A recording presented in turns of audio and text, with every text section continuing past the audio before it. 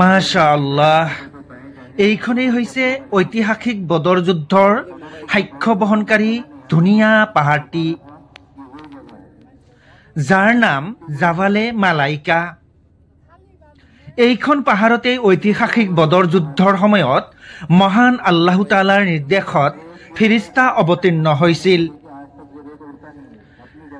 যিখন যুদ্ধ আছিল নবীজী মুহাম্মদ সাল্লাল্লাহু আলাইহি সাল্লাম মক্কাৰ পৰা মদিনা গমনৰ পিছত প্ৰথমখন যুদ্ধ।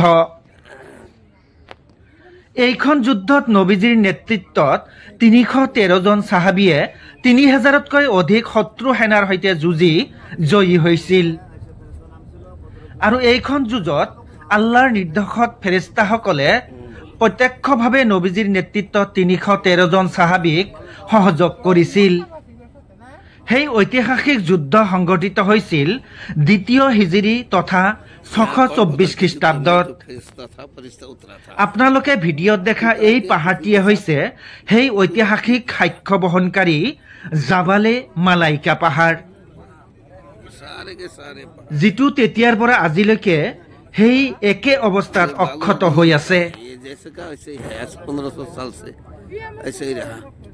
कोई हवा बताश बालू को उठाता नहीं है।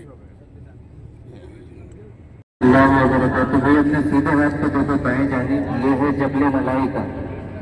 जबले मलाइका तो अल्लाह ताला ने यहाँ पे जो फरिश्तों को उतारा था, ये वही जगह है।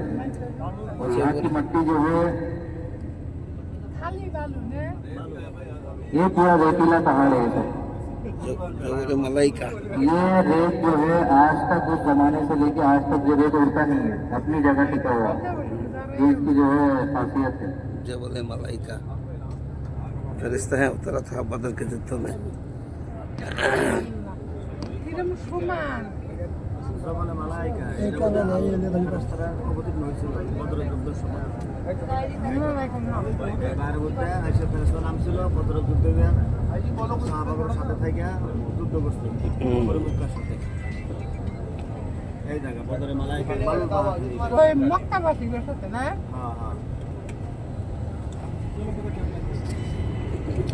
यहाँ पर बदर के युद्ध में जो फरिश्ता था फरिश्ता उतरा था, यहाँ पर उतार के कुफरी के साथ ईद लड़ा। सारे के सारे पहाड़ है, ये बालू नहीं उठता है, ये जैसे का वैसे ही है। 1500 साल से ऐसे ही रहा, कोई हवा बताश बालू को उठाता नहीं है। মুহাম্মদ সাল্লাল্লাহু আলাইহি সাল্লাম মক্কাৰ পৰা মদিনা গমনৰ পিছত প্ৰথমখন যুদ্ধ। এইখন যুদ্ধত নবীজীৰ নেতৃত্বত ৩১৩ জন সাহাবীয়ে ৩০০০তকৈ অধিক শত্ৰু সেনাৰ সৈতে যুঁজি জয়ী হৈছিল।